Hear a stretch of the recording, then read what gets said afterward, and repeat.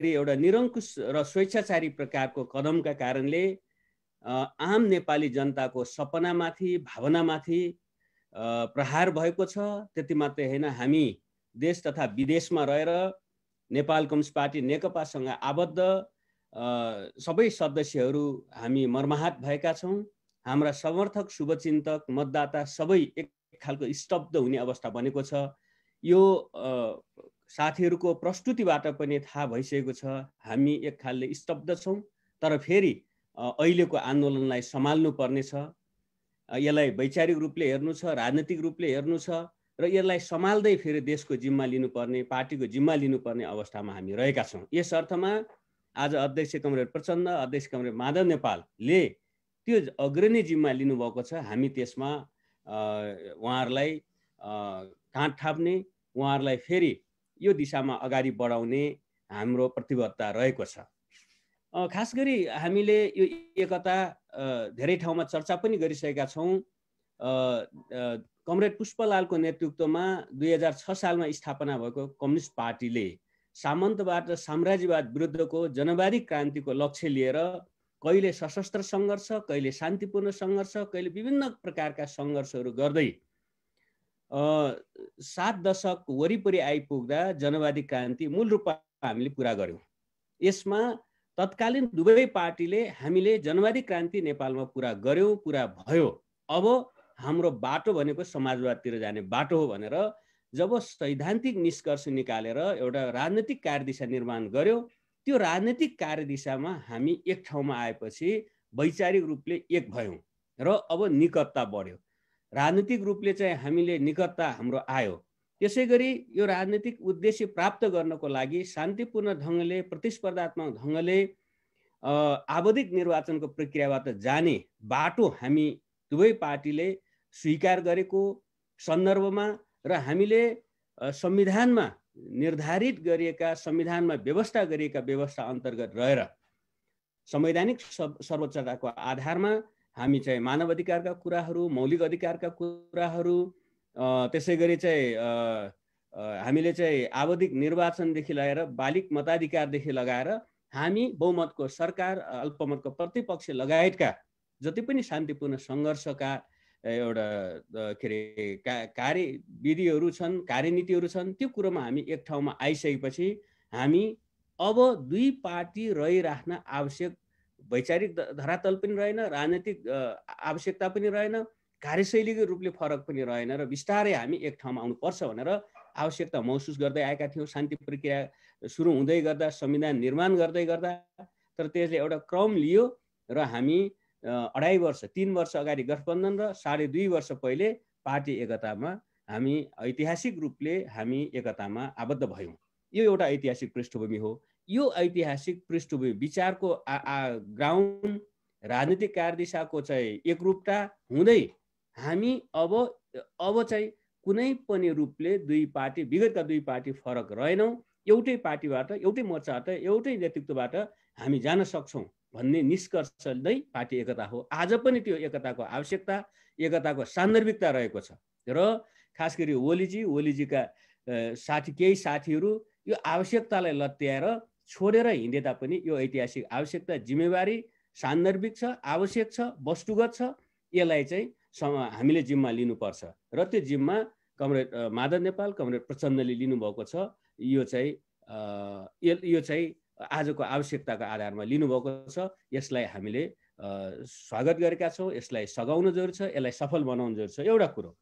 अर्को कुरो फेरि आज केमा मतभेद भयो भन्दा खास गरी कमरेड माधव नेपाल, कमरेड प्रचण्ड र ओलीजीको गुटसँग भएको समस्या भनेको वैचारिक रूपले नै फरक हो।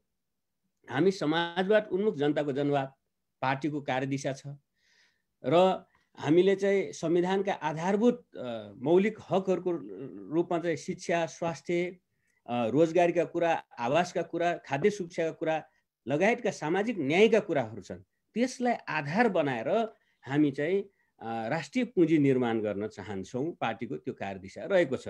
राष्ट्रिय पुँजी निर्माण गर्ने, राष्ट्रिय पुँजी निर्माणको क्रममा चाहिँ रोजगारी सिर्जना गर्ने, देशलाई बिस्तारै आत्मनिर्भर बनाउँदै जाने, यो कुरो चाहिँ समाजवाद उन्मुख जनताको जनवादको आर्थिक कार्यक्रम हो। त्यसै गरी चाहिँ सामाजिक न्यायका कुरा मैले अगाडि बढाएँ। त्यो सामाजिक न्यायका कुराहरू समाजवाद उन्मुख सामाजिक के अरे जनताको जनवादका चाहिँ सामाजिक कार्यक्रमहरू हुन्। त्यसै गरी चाहिँ हामीले आज रहेको दलाल तथा नोकरशाही पुँजीवादलाई, खास गरी दलाल पुँजीवादलाई बिस्तारै त्यसलाई चाहिँ नियन्त्रण गर्दै त्यसको आकार घटाउँदै राष्ट्रिय पुँजीको चाहिँ विस्तार गर्ने कुरो हाम्रो आजको सङ्कल्प, प्रतिबद्धता र कार्यक्रम हुनु पर्थ्यो। तर म आफै पनि झन्डै 3 वर्ष क्याबिनेटमा बसेँ, ओलीजीसँगै काम गरेँ।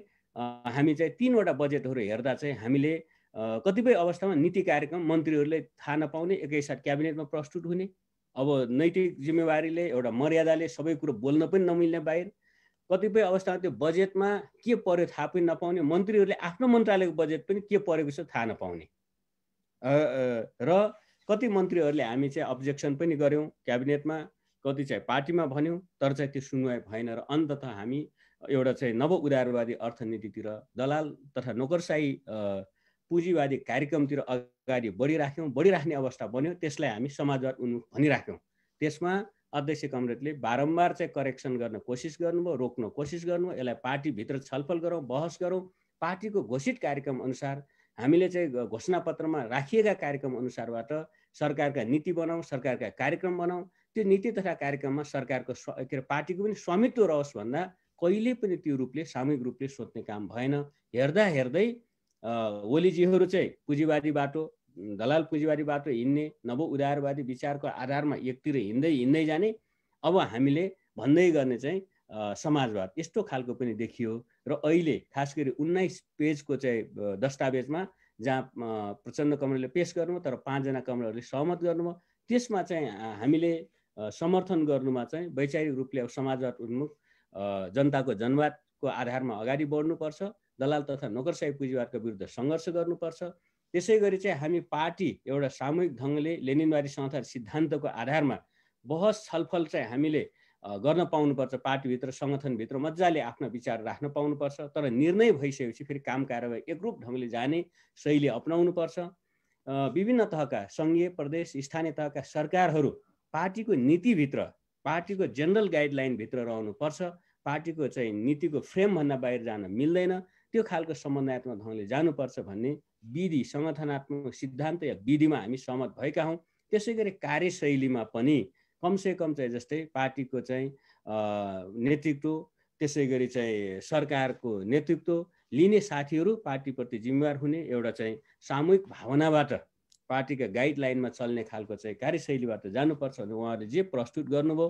त्यसै गरी चाहिँ हिजो हामी जनतामा गरेका कमिटमेन्टहरूलाई हामी मूल आधार बनाएर जानुपर्छ भनेर जो प्रस्तुत गर्नुभयो। त्यसै गरी बिचमा चाहिँ ओलीजीको नेतृत्वमा भएका श्रृङ्खलाबद्ध पार्टीको नीति उल्लङ्घन गर्ने, विधि उल्लङ्घन गर्ने, सामूहिक भावना उल्लङ्घन गर्ने आदि इत्यादि कुरोहरूलाई जो आलोचना गर्दै पार्टीलाई विधि सम्मत, विचार सम्मत सही कार्यशैलीमा ल्याउनुपर्छ भनेर जो प्रस्ताव ल्याउनु हो त्यसलाई हामी मन्त्रीहरूले पनि मन्त्रीमण्डलमै रहेका साथीहरूले समर्थन गर्यौँ र त्यो ढङ्गले चाहिँ हामी अगाडि बढ्यौँ। र आज खास गरी चाहिँ हिजो एउटा के अरे उसमा चाहिँ एकताको एउटा आधार थियो र आज चाहिँ सङ्घर्षको पनि आधार त्यही वरिपरि रहेको कुरो म यहाँ राख्न चाहन्छु। यति कुरो हुँदा चाहिँ हामी अहिले जुन विचार, विधि र कार्यशैलीको वरिपरि केन्द्रित भएका छौँ त्यसबाट पक्का पनि पार्टी एउटा चाहिँ एउटा क्रान्तिकारी ढङ्गले एउटा चाहिँ आजको देशभक्तहरूलाई समेट्ने, आजको चाहिँ क्रान्तिकारीलाई समेट्ने, आजको प्रगतिशील शक्तिहरूलाई समेट्ने र आजका सबै लोकतान्त्रिक शक्तिहरूलाई समेट्ने एउटा शक्तिको रूपमा हामी यो विचारबाट अगाडि जान सक्छौँ भन्ने कुरो मैले चाहिँ आफूलाई चाहिँ लागेर अध्यक्ष कमरेडले उठाएको झन्डालाई समर्थन गरेको र हामी यसरी नै अगाडि बढ्नुपर्छ भन्ने म सबै साथीहरूसँग राख्न चाहन्छु एकातिर। अर्कोतिर चाहिँ मैले यो बिचमा एकदम छोटोमा समय कम छ कि मैले चाहिँ क्याबिनेटमा आफै पनि सुरुदेखि ओलीजीका शैलीहरू नजिकैबाट हेर्ने मौका हो। हामी जाँदै गर्दा उहाँले चाहिँ सुरुमै त्यतिखेर त कोलिसन गभर्मेन्ट थियो दुई पार्टीको, तर जाँदै गर्दै उहाँले राष्ट्रिय अनुसन्धानलाई केन्द्रित गर्नुभयो। अलि पछि चाहिँ सम्पत्ति शुद्धिकरण विभाग केन्द्रित गर्नुभयो। अलि पछि चाहिँ यो चाहिँ के अरे राजस्व अनुसन्धान विभागलाई केन्द्रित गर्नुभयो र अरू विभिन्न विभाग निकायहरू बिस्तारै केन्द्रित गर्नुभयो कि प्रधानमन्त्री सिस्टममा सबै मन्त्रालय मन्त्रीहरू उहाँमै केन्द्रित हुने हो, यो अलग्गै जरुरी थिएन, तर उहाँले केन्द्रित गर्नु। किन भन्दा अहिले फर्केर हेर्दा कि जस्तै मैले सार्वजनिक रूपले उहाँलाई च्यालेन्ज गरेर भने कि उहाँले फोन ट्यापिङ गरिराख्नु भएको छ, उहाँले यसो गरिराख्नु छ अवैधानिक रूपले, कानुन सम्मत ढङ्गले अदालतको अनुमति लिएर खास अपराधीहरू, खास शङ्का लाग्ने मान्छेहरूको कानुनी आवश्यकताले सूचनाहरू सङ्कलन गर्न सकिन्छ, हाम्रो कानुन छ। तर त्योभन्दा बाहिर एउटा राजनीतिक गुप्तचरी जस्तो पञ्चायत कालमा राष्ट्रिय अनुसन्धानलाई राजनीतिक गुप्तचरीको रूपमा प्रयोग गरिन्छ, आज ठ्याक्कै त्यही रूपमा अध्यक्षहरूका अरू जिम्मेवार नेताहरूका फोन ट्यापिङ गर्ने, अरू गर्ने, तर्साउने, सूचना सङ्कलन गर्ने जस्तो भयो भने त यो त राज्य त निरङ्कुश ढङ्गले नोकरशाही ढङ्गले जाने कुरो भयो। त्यो खालको चाहिँ हिजो किन केन्द्रित गर्यो भने त्यो उद्देश्य आज देखियो बिस्तारै। त्यसै गरी 700 भन्दा बढी फाइलहरू सम्पत्ति शुद्धिकरणका ठुला उद्योगिक व्यापारीहरूको चाहिँ फाइल त्यहाँ जम्मा गरेर मान्छेलाई तर्साउने खालको काम भएको छ भनेर सूचनाहरू सार्वजनिक भएका छन्, तथ्यहरू पनि आएका छन्।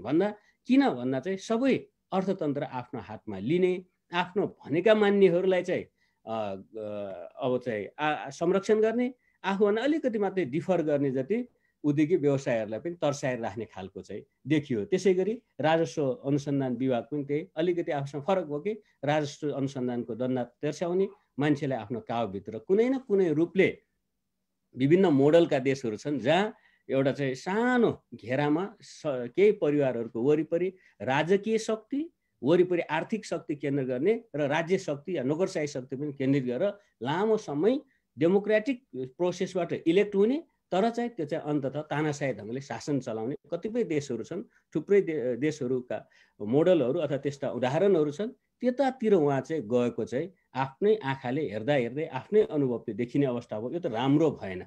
एकातिर यो राम्रो भएन भनेर हामी बेला बेला क्याबिनेटमा, बेला बेला पार्टीमा हामी आवाज उठाउँदै आयौँ, आज त्यो देखिएको छ। अर्कोतिर चाहिँ जस्तै हामी क्याबिनेटमै छौँ र गत वैशाखमा अध्यादेश आयो, दल सम्बन्धी अध्यादेश आयो, त्यसै गरी संवैधानिक परिषद सम्बन्धी अध्यादेश आयो।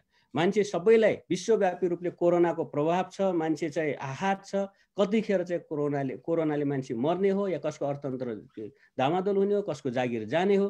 काठमाडौँदेखि मान्छेहरू चाहिँ अभावले भएर हिँडेर झापा गइरहेछ, हिँडेर बर्दिया पुगिरहेछ। त्यस्तो अवस्था, भयावह अवस्था, मान्छेलाई लकडाउनमा घरभित्र थुनेर कि चाहिँ आफ्नो पार्टी फोड्ने या अरू पार्टीहरू फोड्नलाई र अपहरण गर्न हिँड्ने जस्तो जो देखियो उहाँ नजिकका साथीहरूबाट, र उहाँ स्वयंले अध्यादेश जारी गर्न हामी क्याबिनेटमा पनि विरोध गऱ्यौँ।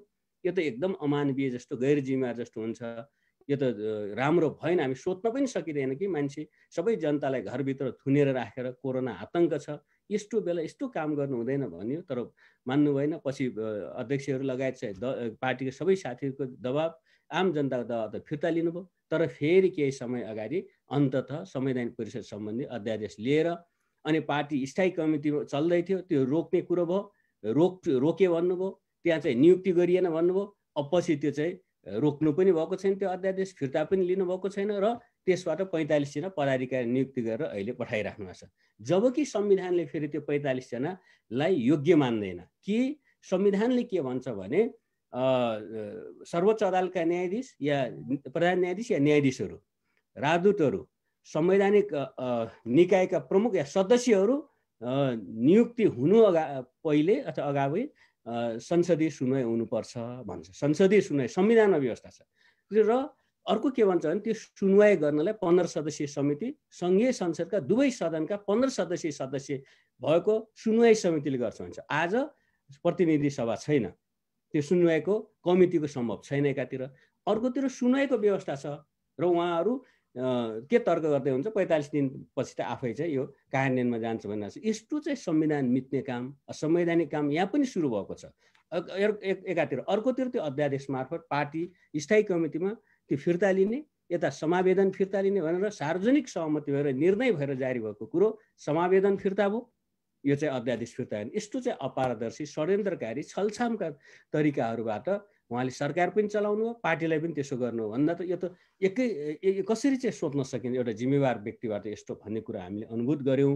र अझ हामी त्यो अध्यादेश जारी गर्दा बिहान 10 बजे क्याबिनेट थियो, हामी चाहिँ मन्त्रीहरू गयौँ, अनि हामी 12 बजे आफ्नो च्याम्बरमा फर्क्यौँ, नियमित एजेन्डा थिए।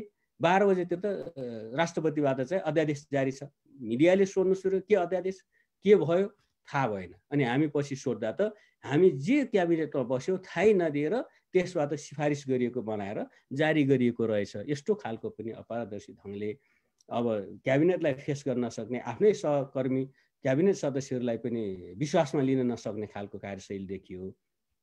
गत साउनमा त स्थायी कमिटी बस्दा बस्दै यता स्थायी कमिटी चल्दैछ, उता हतार उता राष्ट्रिय सभा चल्दै पार्लियामेन्ट चल्दै जबकि पार्लियामेन्टको बैठक रोक्नलाई त्यहाँका अध्यक्ष सभामुखसँग परामर्श गरेर रोक्ने चलन हुन्छ। केही पनि थाहा नगरेर पार्लियामेन्ट चल्दैन, एकाएक यता थाई कमिटी चल्दैछ, उता क्याबिनेट बसेर क्याबिनेटमा आधा मन्त्री नपुग्दै पनि त्यो खालको चाहिँ रोक्ने खालका शैलीहरू देखा परे। अझ पछिल्लो यो चाहिँ संसद विघटनको चाहिँ क्याबिनेट त अझ इन्ट्रेस्टिङ छ। बिहान 9 बजे सूचना गरियो, 9:45 मा क्याबिनेट बस्ने। अब बिहान ककसका मन्त्रीका विभिन्न कार्यक्रम हुन्छ, त्यो रोकेर हतार हामी पुग्यौँ।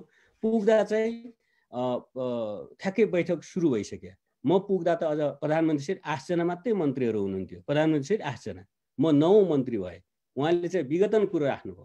त्यसमा चाहिँ कमरेड घनश्याम भुषालले चाहिँ विरोध गर्ने, यो ऐतिहासिक रूपले गल्ती हुन्छ, नेपाल कम्युनिस्ट पार्टी नेकपाले पाएको जनमतको अपमान हुन्छ, यो नगरौँ। त्यसै गरी मैले पनि यो चाहिँ ऐतिहासिक रूपले भुल हुन्छ, नगरौँ, उपाय खोजौँ, रोकौँ भने। त्यसै गरी प्रदीप गेवालीजीले सम्म पनि के भन्नु भने यो संवैधानिक र राजनीतिक रूपले यसको वैधता हुँदैन भन्नुभयो। अनि त्यति भन्दासम्म 25 जनाको क्याबिनेटमा 12 जना जति साथीहरू पुग्नु भएको थियो। उहाँले ल यो पास भयो भने उठेर हिँड्नुभयो। यस्तो खालको चाहिँ ऐतिहासिक रूपले चाहिँ ठुलो दुर्घटनाको अवस्थामा पुगेको संसद विघटनको क्याबिनेटसम्ममा पनि यस खालको अवस्था बन्यौँ। यस्तो खालको चाहिँ हामीले नजिकैबाट चाहिँ उहाँका कार्यशैलीहरू भोग्यौँ, देख्यौँ। यसले कि उहाँको शैली अलि नोकरशाही खालको, अपारदर्शी खालको, अलि स्वेच्छाचारी खालको, अलि निरङ्कुश खालको, कि कसैको अङ्कुश कसैको जवाफदिहिता कहीँ पनि रहन नचाहने खालको चाहिँ देखियो। म चाहिँ त्यो 3 वर्ष हाराहारीमा यो नजिकैबाट चाहिँ एउटा कम्युनिस्ट पार्टीको नेतामा हुनुपर्ने कमरेडली भावना, सामूहिक भावना, अलि जनवादी भावना, कि छलफल बहसबाट आफ्नो विचारले अर्कोलाई कन्भिन्स गर्ने कुरो, कोही कमरेडको राम्रो भावना, राम्रो विचार आयो त्यसलाई सहज रूपमा आन्दोलनको उपलब्धिको रूपमा सहज रूपमा स्वीकार्नुपर्ने भावना कहीँ पनि मैले देखेन त्यस प्रकारको। त्यसो हुँदा चाहिँ म आफैमा अब पहिले एकपटक पहिलो स्थायी कमिटी पार्टी एकता पछिको स्थायी कमिटीमा कमरेड घनश्याम भुषालले यो ठाउँमा कुनै नियुक्ति गर्नु पर्यो, मन्त्री बनाउनु पर्यो या अरू कुनै जिम्मा दिनु, पार्टीमा जिम्मा दिनु पर्यो भने त्यहाँ डिएनए गरिन्छ, रगत चेक गरिन्छ, खकार टेस्ट गरिन्छ, अरू चाहिँ विभिन्न टेस्टहरू गरिन्छ। त्यसमा शुद्ध भयो भने, आफ्नोसँग मिल्यो भने मात्रै बल्ल गरिन्छ भन्नुभयो। माओवादी पृष्ठभूमिका साथीले यो अलि बढी भन्नुभयो कि भन्ने लाग्यो। मेरो उहाँसँग कुरो भइराख्ने कमरेड भावनाले, कमरेड अलिकति बढी हो कि यो त भनेको थिएँ। अहिले उहाँले मलाई जिस्काउनुहुन्छ, त्यतिखेर बढी हो भन्नुहुन्थ्यो, अहिले त कम लाग्छ होला नि भन्नुहुन्थ्यो। त्यो त उहाँले कम भन्नुभएको जस्तो लाग्छ अहिले। त्यसैले हामी यो यसरी भोग्दै आज यो स्थितिमा आएका छौँ। म चाहिँ यहाँहरू सबै प्रवासी साथीहरूलाई म के राख्न चाहन्छु भने, हिजो अस्ति विभिन्न समयमा उहाँले दिनुभएका अभिव्यक्तिहरू हेर्दा कि मैले पनि यो चाहिँ व्यक्तिगत आरोप जस्तो नहोस् भन्ने म एकदम सतर्क छु। किन हामी कम्युनिस्ट आन्दोलनमा छौँ, कम्युनिस्ट पार्टीमा छौँ। हामी मात्रै होइन, एउटा संस्कार अरू बुर्जुवा पार्टी, बुर्जुवा नेताहरूभन्दा हामी अलिक उन्नत हुनुपर्छ। अरूभन्दा उन्नत भएर समाजलाई डोर्याउनु पर्ने ठाउँमा हामी आफै तल झरेर अब चाहिँ गाई जात्रा गर्न राम्रो हुँदैन। त्यसै गरी हामीले देखाउने बाटोमा भावी पुस्ता पनि एउटा कम्युनिस्ट आन्दोलन भनेको विचारको उन्नतता हो, राजनीतिक संस्कार हो, एउटा चाहिँ व्यक्तिगत चाहिँ मान्छेहरूका चाहिँ आफ्नो शैलीमा पनि संस्कारमा पनि एउटा उन्नत शैली हो। त्यो खालले चाहिँ जाउँ भन्ने नै मलाई व्यक्तिगत रूपले मेरो विचार हो, मलाई लाग्दछ। तर आज बाहिर बजारमा ओलीजीले भनेका कुराहरू, दुईटा नेताहरू, दुईटा नटबोल्ट खिया लागेको त्यो फुस्किएछ। अब यस्तो चाहिँ अचम्मै लाग्छ। दुईटा यसो चाहिँ फल भेट्न कुहियो यस्तो आदि इत्यादि। अनि चाहिँ माधव कमरेडलाई गर्नु पर्यो भने मलाई अपमान गरियो, यस्तो कुरो भन्दा त यो लेभल हामी के सिक्ने नेताहरूबाट भन्ने लाग्छ कहिलेकाहीँ। त्यसो हुँदा चाहिँ हामी हाम्रा दुवै अध्यक्षले बारम्बार भन्नुभएको छ, विचारमा बहस गरौँ, राजनीतिमा बहस गरौँ, कार्यशैलीमा बहस गरौँ, संस्कारमा बहस गरौँ र त्यहाँ चाहिँ उहाँका भ्रममा रहेका साथीहरूलाई चाहिँ गोलबन्द गर्ने, भ्रममुक्त गर्ने कोसिस गरौँ भन्नुभएको छ। त्यो नै सही कुरो हो। हामीले एउटा मर्यादामै रहेर के अरे छलफल गर्नुपर्छ। तर पनि उहाँले जे कुरो गर्नुभएको छ, उहाँले त एउटा साइबर सेना भनेर तथानाम नेताहरू बोल्यो कि तथानाम त्यसमा चाहिँ बदनाम गर्ने, आक्रमण गर्ने, चरित्र हत्या गर्ने खालले चाहिँ पनि लागिराख्नु भएको छ। अलि अपराधिक ढङ्गका चाहिँ गिरोहहरू त्यस खालले पनि लागेको देखिन्छ। यो सबै कुरोलाई फेरि भ्रम स्पष्ट गरेर भ्रमहरू चिर्दै हामीले फेरि हाम्रा नेतृत्वको रक्षा गर्नुपर्ने, नेतृत्वको विचार, राजनीति, संस्कार, संस्कृतिलाई रक्षा गर्दै टिमलाई एकताबद्ध गरेरै जानुपर्छ। मैले अन्तैतर फेरि पनि हामीले चाहिँ गरौँला कि मेरो आफ्नो कुरो गर्दा चाहिँ म कमरेड माधव नेपाल जो 15 वर्ष पार्टीको नेतृत्व गर्नुभयो, पूर्व माओवादी कोणमा त हेर्दा चाहिँ उहाँले चाहिँ एमालेलाई तत्कालीन एमालेलाई एउटा चाहिँ आम जनताव्यापी बनाउनु भयो, एउटा संस्कारमा हुर्काउनु भयो, पद्धतिसम्म हुर्काउनु भयो, एउटा चाहिँ माथिदेखि तलसम्मका पद्धतिहरू मान्छेहरू एकताबद्ध र कोही पनि समर्थक चाहिँ बाहिर छैन, सङ्गठनमा छ, रमाएको छ, मिटिङ छ, पार्टीको स्वामित्व लिएको छ, टिमबद्धता त्यो असाध्यै लोभ लाग्दथ्यो। अब अहिले एकता गर्दा गर्दैसम्म ओलीजी पार्टीको अध्यक्ष भएर त त्यो सबै चिज जस्तो सकाइसक्नु भएको रहेछ। अनि हामी माओवादी आन्दोलनबाट आएका साथीहरू त हामी युद्धको सङ्गठन बनायौँ, अनि शान्तिको सङ्गठन, चुनावको सङ्गठन, एउटा सङ्क्रमणबाट गुज्र्यौँ। त्यति पनि चाहिँ सङ्गठनात्मक संस्कार, पद्धति, विधि पनि नभएको जस्तो आफूलाई फिल हो। किनभने बैठक बसौँ भन्दा बैठक बस्न सजिलै, कमरेड प्रचण्ड तयार हुने, नेताहरू तयार हुने, अरू साथीहरूका कुरा सुन्ने, लिएर ग्रहण गर्ने, टिमले निर्णय गरेर कार्यान्वयन गर्ने कमसेकम संस्कार थियो, साथीहरूलाई जिम्मेवारी दिने संस्कार थियो, अलिअलि फरकमा राखेर झन् समेट्ने संस्कार थियो। यहाँ त फरक राख्यो सधैँलाई बहिष्कार गर्ने, अलिकति विचार फरक राख्यो त्यो ग्रहण नगर्ने आदि इत्यादि खालकोमा पुगिसकेछ।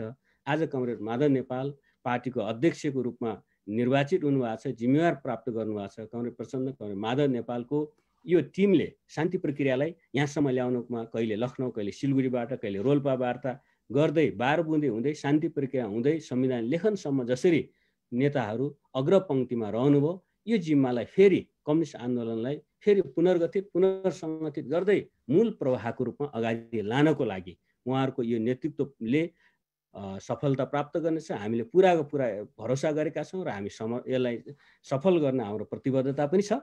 र comrade Madhav Nepal, comrade Jhalanath Khanal, comrade Bhimrao यही हुनुहुन्छ, सुरेन्द्र पाण्डेजी, घनश्याम भुषालजी, योगेश भट्टराईजी, थुप्रै बेदुरामजी, रघुजी, थुप्रो नेताहरू, अष्टल साकेदेखि त्यागी नेताहरू, युवराज गेवालीसम्मका पद्धतिमा बसेका नेताहरू, सादगी नेताहरू, कम्युनिस्ट भनेर हिँड्नुभएको नेताहरू, विधि पद्धति भनेर हिँड्नुभएको नेताहरूको पङ्क्ति छ। त्यसै गरी कमरेड प्रचण्डसँग पनि एउटा सिङ्गो पङ्क्ति छ।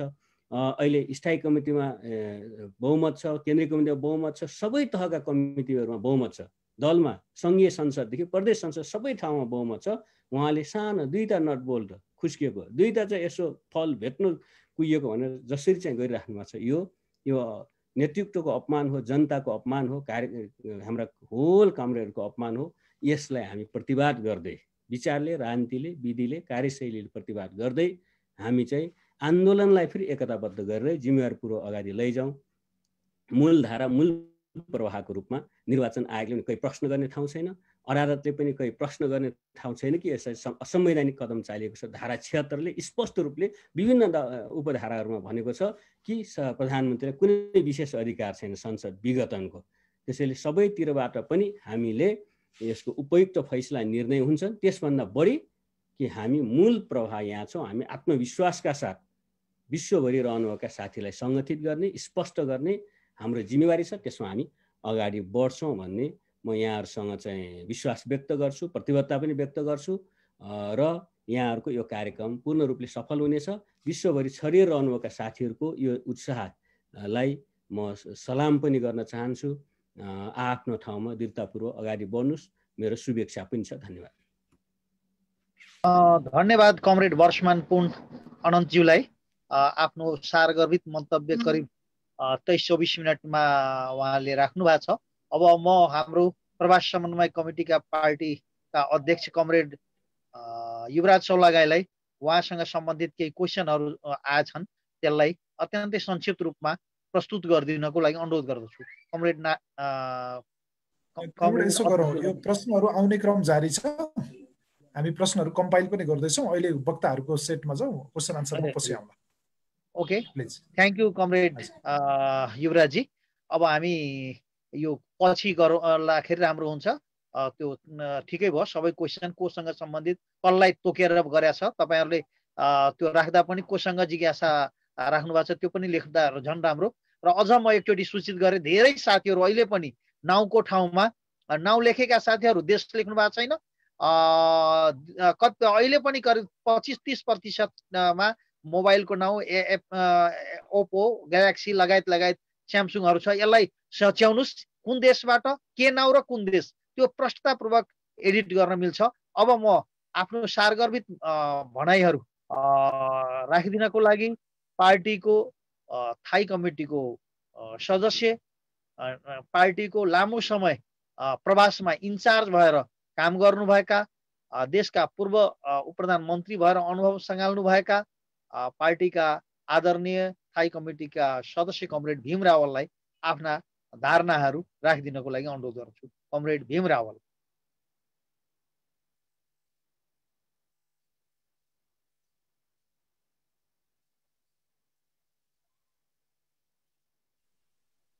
युवराजी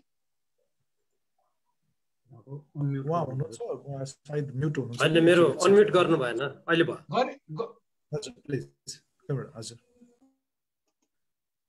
ल, हाम्रो पार्टी कम्युनिस्ट पार्टी नेकपाका अध्यक्ष कमरेड, प्रवासी नेपाली एकता मञ्चसँग सम्बद्ध सम्पूर्ण कमरेडहरू, यो कार्यक्रममा सहभागी सम्पूर्ण कमरेडहरू र मित्रहरू, यहाँहरू सबैलाई म हार्दिक न्यानो अभिवादन व्यक्त गर्न चाहन्छु। नमस्कार। समयको सीमा छ, म अहिलेको सन्दर्भमा मात्रै एकदमै संक्षेपमा आफ्नो धारणा राख्ने अनुमति चाहन्छु। हामीले पार्टी एकता गर्यौं। पार्टी एकता गर्दा हामीले घोषणा गर्यौं 2006 सालदेखिका सम्पूर्ण विभाजनका श्रृङ्खलाहरूलाई समाप्त गरेर अब पार्टी एकताबद्ध रूपमा अगाडि बढ्नेछ। यसमा केपी शर्मा ओलीजीले अध्यक्षको हैसियतबाट हस्ताक्षर गर्नुभयो। हामीले भन्यौं अब हामी राष्ट्रिय स्वाधीनता, स्वतन्त्रता, अखण्डता, नेपाली जनताको समृद्धिको लागि कटिबद्ध भएर जानेछौँ भनेर राजनीतिक प्रतिवेदन जारी भयो। त्यो राजनीतिक प्रतिवेदनको मूल नीतिमा त्यो उल्लेख गरियो। हामी सबै प्रकारका बाह्य हस्तक्षेपको विरुद्धमा, आन्तरिक घरेलु शोषणका विरुद्धमा दृढतापूर्वक जानेछौँ। नेपालको संविधानमा उल्लेखित समाजवाद उन्मुख प्रणाली र हाम्रो पार्टीको नीति बमोजिम जनताको जनवाद अनुसार हामी अगाडि बढ्नेछौँ भनेर हामीले प्रतिबद्धता जाहेर गर्यौं। तर जब हामीले सरकार गठन गर्यौं, केपी शर्मा ओलीजी निरन्तर ती कुरालाई उल्लङ्घन गर्न थाल्नुभयो।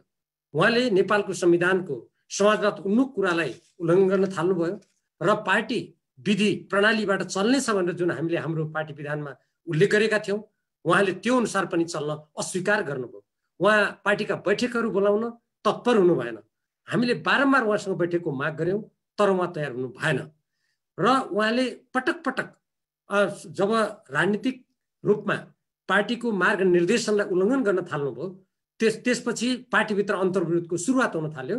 यद्यपि ती कुराहरूलाई समाधान गर्नको लागि 2076 साल मक्सिर 4 गते अर्का अध्यक्ष पुष्पकमल दाहाल प्रचण्डजीले अब हामी सरकारलाई पनि प्रभावकारी रूपमा चलाउँ र हामी पार्टीलाई पनि प्रभावकारी रूपमा चलाउँ भनेर पार्टी एकता हुँदा विष्णु प्रसाद पौडेल तत्कालीन महासचिव र हाम्रो पार्टीका थाई कमिटीका सदस्य जनार्दन शर्मा दुईजनालाई साँची राखेर आधा आधा प्रधानमन्त्रीको जिम्मेवारी चलाउने भन्ने जुन सहमति भएको थियो, त्यसमा अब मैले अघि भने अर्का अध्यक्ष पुष्पकमल दाहाल प्रचण्डजीले ल अब तपाईँ नै चलाउनुहोस्, पार्टी पनि प्रभावकारी बनाउँ भनेर उहाँले नै प्रस्ताव राख्नुभयो।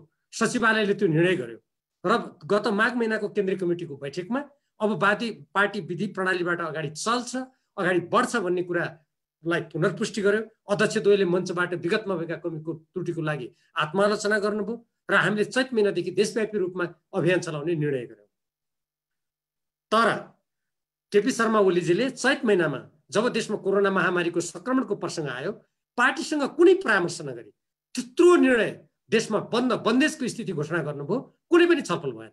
त्यसपछि सबै नेताहरू हामीले अनेक अनौपचारिक छलफलमा या कुराकानीमा हामीले के भन्यौं भने देशको सामु ठुलो संक्रमणको अवस्था छ महामारी कोरोनाको, अब हामी चुप लाग्यौं, सरकारलाई पूर्ण रूपमा सहयोग गरौँ भन्ने कुरामा हामी एकमत भयौं। तर उहाँले एउटा शान्त तलाउमा ढुङ्गा हाने जस्तै गरेर वैशाख 8 गते दल विभाजन र संवैधानिक परिषदको सम्बन्धी ऐन संशोधन गर्नुको लागि उहाँले अध्यादेश ल्याउनु भयो। त्यो अध्यादेश उहाँले किन ल्याउनु भयो हामीले बुझेनौँ। हामी 20 जना थाई कमिटीका सदस्यहरूले उहाँलाई पार्टी थाई कमिटीको बैठक तुरन्त बोलाउनको लागि पार्टी विधानको धारा 59 अनुसार हामीले माग गर्यौं, तर उहाँले बैठक बोलाउन मान्नु भएन। हामीले धेरै आग्रह गर्यौं, उहाँले मान्नु भएन। त्यसपछि असाढ महिनामा थाई कमिटीको बैठक आरम्भ भयो र त्यो बैठकमा 7वटा कार्यसूचीहरू प्रस्तुत गरिएका थिए, जसमा सरकारको समीक्षा, पार्टीको समीक्षा, एमसीसी, कोरोना संक्रमण, हाम्रो सिमाना लगायतका महत्त्वपूर्ण विषयहरू थिए।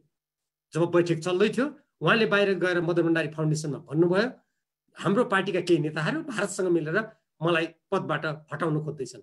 जब थाई कमिटीको बैठक बालुवाटारमा बसेको थियो, तर उहाँले बाहिर गएर मदन भण्डारी फाउन्डेसनमा त्यो कुरा बोलेपछि स्वाभाविक रूपमा थाई कमिटीका बहुसंख्यक सदस्यहरूबाट प्रश्न उठाइयो, तपाईँ देशको प्रधानमन्त्री, यदि त्यस्तो हो भने तपाईँ बैठकमा आएर कुरा राख्नुहोस्, कुन नेताले त्यस्तो भन्नुभएको हामी उहाँलाई कारबाही गर्छौँ, होइन भने तपाईँलाई प्रधानमन्त्री र थाई यो अध्यक्षमा बस्ने कुनै पनि नैतिक अधिकार छैन, हामीले भनेकै हो। तर उहाँ बैठकमा आउनु भएन, बैठक अवरोध गर्नुभयो। तैपनि हामीले निरन्तर पार्टीको एकताको लागि, पार्टी जुन बेला हामीले एकीकरण गरेका थियौँ, जनताको अगाडि गरेका वाचा प्रतिज्ञा, निर्वाचनको घोषणापत्र मार्फत हामीले गरेका वाचा प्रतिज्ञाको स्मरण गरेर हाम्रा नेताहरू, हामीहरू सबैले फेरि कसरी एक भएर जान सकिन्छ भनेर निरन्तर प्रयत्न गर्यौँ। यो प्रयत्नको क्रममा अर्का अध्यक्ष पुष्पकमल दाहाल प्रचण्डले स्वयं अरू सचिवालयका हाम्रा वरिष्ठ नेताहरू सबैसँग परामर्श गरेर उहाँले अब त्यसो भए एउटा कार्यदल बनाऊ भनेर केपी शर्मा ओलीजीलाई प्रस्ताव राख्नुभयो। केपी शर्मा ओलीजीको त्यसमा त्यति मन त थिएन, तर उहाँले ठिकै छ, समाधान हुन्छ भने गठन गरौँ भन्नुभयो। कार्यदल गठन भयो। त्यो कार्यदलको एकजना सदस्य म पनि हो। हामीले कार्यदलमा 5 दिनभित्र त्यस्तो अन्तर्विरोध चर्केको बेलामा पनि अत्यन्तै मेहनत गरेर हामीले प्रतिवेदन प्रस्तुत गर्यौँ। प्रतिवेदन प्रस्तुत गर्दाका समयमा बालुवाटारमा प्रधानमन्त्रीले मिठा मिठा कुरा गर्नुभयो। मलाई अलिकति आशा लाग्यो अब साँच्चीकै अन्तर्विरोध समाधान हुन्छ कि भनेर। तर जब थाई कमिटीको बैठकको हामीले आयोजना गर्यौँ, उहाँले त्यो प्रतिवेदन सुन्ने, त्यहाँ छलफल गर्ने कुनै धैर्य राख्नु भएन, नैतिकता देखाउनु भएन। उहाँ एकछिन ढल्किँदै आउनुभयो, त्यसपछि उहाँ जानुभयो। तर थाई कमिटीले सर्वसम्मतबाट त्यो प्रतिवेदन पारित गर्यो। म यहाँनिर सम्पूर्ण कमरेडहरू, सम्पूर्ण यो कार्यक्रममा भाग लिनुभएका आदरणीय सम्पूर्ण सहभागीहरूलाई तथ्यको जानकारी गराउन चाहन्छु। जब हामीले त्यो निर्णय गर्यौँ, त्यो निर्णय गरिसकेपछि त्यो निर्णयको महत्त्वपूर्ण पक्ष हाम्रो विधि प्रणालीबाट पार्टी चल्छ, पार्टीको नीति निर्देशनमा सरकार चल्छ। त्यसपछि हामीले कोरोना महामारीबाट कसरी जनतालाई जोगाउने विस्तृत त्यहाँ कुराहरू अगाडि सार्यौँ। हाम्रो सिमाना लिम्पियाधुरा, लिपुले, कालापानीमा जसरी भारतीय अतिक्रमण भएको छ, त्यसको लागि उच्च तहमा देशलाई एकताबद्ध गरेर कसरी अगाडि बढ्ने हामीले त्यसको कुरा तय गऱ्यौँ। हामीले यी विभिन्न संस्था, फाउन्डेसन, संस्थाको नाममा जसरी देशव्यापी रूपमा गुटबन्दी भएको छ, केपी शर्मा ओलीजीले आजभन्दा 1.5 वर्ष अगाडि देशव्यापी रूपमा मदन भण्डारी फाउन्डेसन गठन गरेर उहाँले आफ्ना गुटका मानिसहरूलाई भन्न लगाउनु भयो, अब पार्टी फुट्छ। त्यसकारण यही मदन भण्डारी फाउन्डेसन हाम्रो भविष्यको पार्टी हो। उहाँले भनेका कुराहरूलाई समेत ध्यानमा राखेर एउटा कार्यदल बनाउने, त्यसको छानबिन गर्ने, अनि छानबिन प्रतिवेदन आइसकेपछि मात्रै त्यसपछि यो काम अगाडि बढाउने लगायतका हामीले अत्यन्त महत्त्वपूर्ण निर्णय गर्यौँ। र सँगसँगै अब उपरान्त केपी शर्मा ओलीजीमा जुन यो सत्ता र शक्तिको अतिरिक्त चाहना छ, उहाँको त्यो अतिरिक्त चाहनालाई हामीले बरु सम्बोधन गरिदिउँ भनेर हामी एकदमै समयमित भएर अब 5 वर्ष उहाँ नै प्रधानमन्त्री हुनुहोस् भनेर हामीले निर्णय गर्यौँ। त्यसको साथसाथै महाधिवेशन जुन चैतको लागि तय गरेको थियो, त्यो महाधिवेशनसम्म उहाँ अध्यक्ष पनि उहाँ नै हुनुहोस् भन्ने तय गरियो। त्यसपछि पार्टीको कामलाई प्रभावकारी रूपमा अगाडि बढाउनको लागि अर्का अध्यक्ष पुष्पकमल दाहालजीले पार्टीको काममा केन्द्रित हुने, तर दुवैजना अध्यक्षले सरकार र पार्टीको काममा समन्वय गर्ने र पार्टीलाई कडाइका साथ अब विधिबाट अगाडि बढ्ने भन्ने निर्णय भयो। कतिपय कुराहरू हामीलाई चित्त नबुझेका पनि हुन सक्छन्, तर पार्टीको बृहत्तर एकताको लागि हामीले त्यो त्याग गर्न र त्यो सङ्कल्पको लागि अगाडि बढ्न हामी तत्पर भयौँ। तर त्यसको भदौ 26 गते त्यो निर्णय भयो र 28-29 गतेतिर उहाँहरूले फेरि हाम्रो पार्टीमा ती सम्पूर्ण निर्णयहरूलाई निर्देशनको रूपमा जारी गर्नको लागि, जो आज अन्तर पार्टी निर्देशन 5 को रूपमा जारी भएको छ, त्यसमा हस्ताक्षर गर्ने बेलामा प्रधानमन्त्रीले भन्नुभयो, मलाई त तपाईँहरूले घिसारेर ल्याउनु भयो नि, म सहमत छैन यो कार्यकारी अधिकार दिनको लागि। त्यहाँ महासचिव विष्णुप्रसाद पौडेल हुनुहुन्थ्यो, उहाँले स्मरण गराउनु भयो, होइन प्रधानमन्त्रीज्यू, यो भाषा त हामी सबले थाई कमिटीबाट तय गरेको, यो त त्यसो भन्नु भएन भनेपछि अनि त्यसमा अर्का अध्यक्ष पुष्पकमल दाहाल प्रचण्डजीले पनि सबै तथ्यहरू त्यहाँ राख्नु भएपछि उहाँले भन्नुभयो, ल त ल समस्या समाधान हुन्छ भने म सही गरिदिन्छु, उहाँले त्यो भन्नुभयो।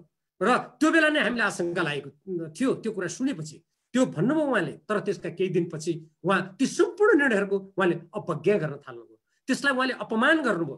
त्यसपछि हाम्रा पार्टीका वरिष्ठ नेता कमरेडहरू, जो सचिवालयको सदस्यहरू हुनुहुन्छ, नेता हुनुहुन्छ, र हामीहरूले भन्यौँ यो किन कार्यान्वयन भएन, यो कार्यान्वयन हुन नसक्नुको कारण केपी शर्मा ओलीजीले स्पष्ट पार्नुपर्छ, बैठक बोलाउनुपर्छ, बैठकमा राख्नु पर्यो भन्ने कुरा त्यहाँ भनियो। तर उहाँले बैठक बोलाउन मान्नु भएन। जब पार्टीका उच्च तहका नेताहरू, हाम्रो अध्यक्ष कमरेड माधव कुमार नेपालले भन्नु होला अरू थप कुराहरू, जब उहाँले बैठकको माग गर्नुभयो, बैठकको माग गर्दा केपी शर्मा ओलीजीको दम्म कसरी प्रकट भयो भने उहाँले केन्द्रीय कमिटीलाई भन्नुभयो यी त सडक छापहरू हुन्, यदि केन्द्रीय कमिटी सडक छाप भयो भने त्यसको अध्यक्ष के छाप हुन्छ। अनि त्यस्तै गरेर उहाँले भन्नुभयो थाई कमिटी त हुल्लड बहादुरको, सचिवालय बाहुबलीको, यसको कुनै अर्थ छैन, म बैठकमा आउनु, म कुनै पनि कुरा सुन्दिनँ, कुनै निर्णय मान्दिनँ। मैले यसो भन्दा हाम्रा सहभागी कामरेडहरू देशको नेता यस्तो पनि हुन्छ, यो होइन होला जस्तो तपाईँहरूलाई लाग्न सक्छ, तर यो तितो यथार्थ हो। हामीले त्यसको सामना गर्यौँ, उहाँले मान्नु भएन। त्यसपछि कुनै हालतमा नमानेपछि अर्का अध्यक्ष पुष्पकमल दाहाल प्रचण्ड सहित अरू 5 जना नेताहरूले 2 पृष्ठ लामो उहाँलाई पत्र पठाउनु भयो।